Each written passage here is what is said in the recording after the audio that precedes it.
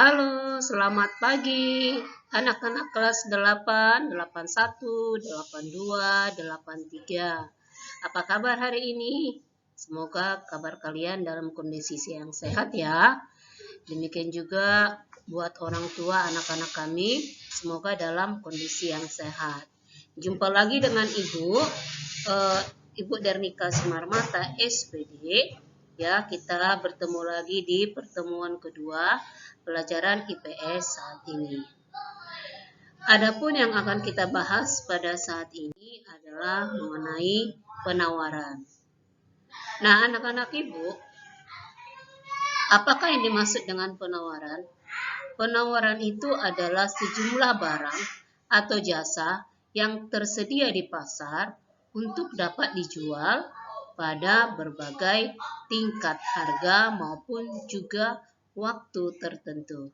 Ibu ulangi, penawaran adalah sejumlah barang atau jasa yang tersedia di pasar untuk dapat dijual pada berbagai tingkat harga maupun waktu tertentu.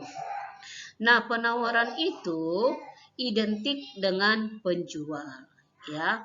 Jadi penawaran itu identik dengan penjual.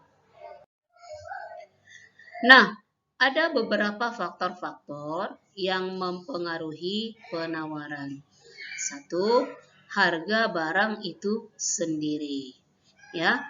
Nah, semakin tinggi harga barang atau jasa, maka jumlah penawaran akan meningkat, ya. Sebab harga yang tinggi merupakan daya tarik bagi produsen atau penjual untuk memproduksi atau menawarkan barang-barang dengan jumlah yang lebih banyak lagi. Atau harga tinggi itu juga merupakan daya tarik bagi produsen baru untuk masuk ke pasar. Ya, untuk masuk ke pasar maksudnya bukan asal masuk saja, tetapi untuk menawarkan atau menjualkan berbagai barang. Nah, sebaliknya anak-anak Ibu, apabila harga semakin rendah atau semakin turun, ya, maka produsen semakin sedikit untuk berproduksi atau penjual semakin sedikit menawarkan barang-barang, ya. Nah, faktor yang kedua yang mempengaruhi penawaran adalah teknologi produksi, ya. Tingkat kemajuan teknologi perusahaan akan menentukan suatu kemampuan berproduksi perusahaan itu. Ya, pada umumnya semakin tinggi tingkat teknologi yang akan diterapkan, maka semakin efisien pula perusahaan itu. Ataupun juga dengan kata lain, biaya produksi dapat ditekan. Ya, atau pada akhirnya barang dan jasa yang ditawarkan pun akan semakin bertambah jumlahnya, ya. Nah, di sini ada contoh Ibu buat, ya, pada slide ini.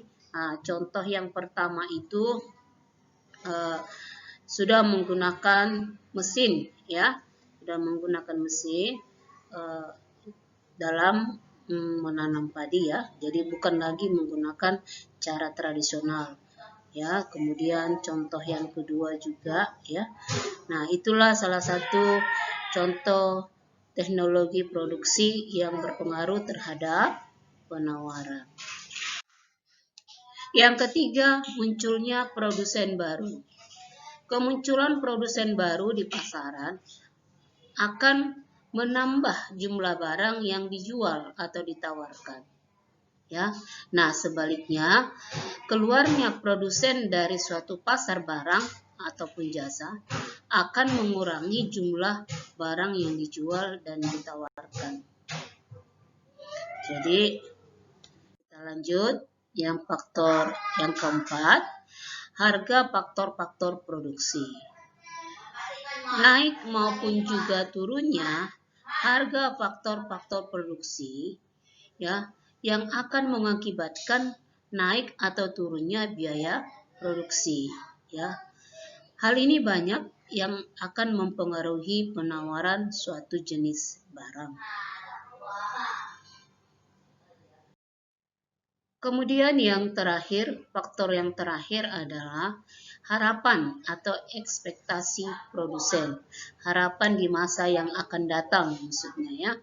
Apabila produsen akan memperkirakan kemungkinan peningkatan harga barang atau jasa atau penurunan harga sumber-sumber produksi, ya, atau peningkatan pendapatan konsumen, maka perkiraan produsen itu akan semakin meningkat, di mana besarnya penawaran kepada konsumen.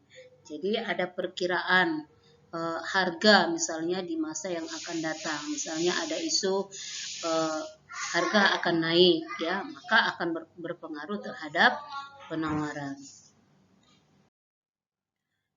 Nah, bunyi hukum penawaran. Bunyi hukum penawaran itu yaitu jika harga barang yang ditawarkan naik, maka jumlah barang, ingat ya, Ibu ulangi, jika harga barang yang ditawarkan naik, maka jumlah barang yang ditawarkan juga naik. Sebaliknya, jika harga barang turun, maka jumlah barang yang ditawarkan akan turun atau berkurang. Jadi, bunyi hukum penawaran ini antara harga barang dengan jumlah barang yang ditawarkan itu berbanding lurus, ya. Harga barang dengan jumlah barang yang ditawarkan berbanding lurus. Itu makanya apabila harga barang naik, maka jumlah barang yang ditawarkan meningkat. Apabila harga turun, maka jumlah barang yang ditawarkan turun atau berkurang. Ya, sampai di situ bisa dipahami kan?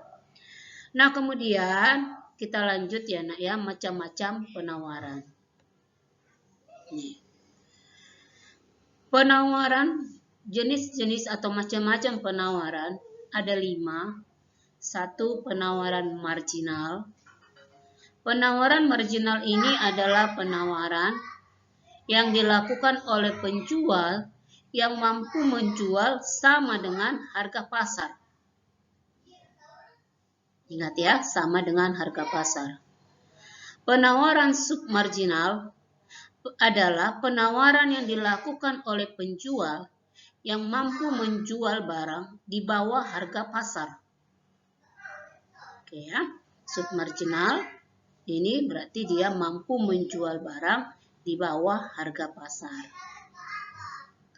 Nah, kemudian yang ketiga adalah penawaran supermarginal. Penawaran supermarginal adalah penawaran yang dilakukan oleh penjual yang menjualkan produknya di atas harga pasar. Dan kemudian penawaran pasar. Penawaran pasar adalah penawaran yang dilakukan oleh banyak penjual di pasar. Penawaran individu adalah penawaran dari setiap individu atau penawaran setiap orang. Sebutlah itu penawaran individu, penawaran oleh satu orang. Nah, sampai di sini penjelasan Ibu ya mengenai penawaran. Ya, apabila anak-anak Ibu ada yang belum memahami, silakan WA Ibu secara pribadi ya. Nah, di sini ada tugas. Kerjakan tugas ini di kertas double folio dan tuliskan nama serta buat tugas pertemuan kedua. Ya, kerjakan di kertas double folio ya. Nah, tetap jaga kesehatan dan jangan lupa berdoa. Salam sehat.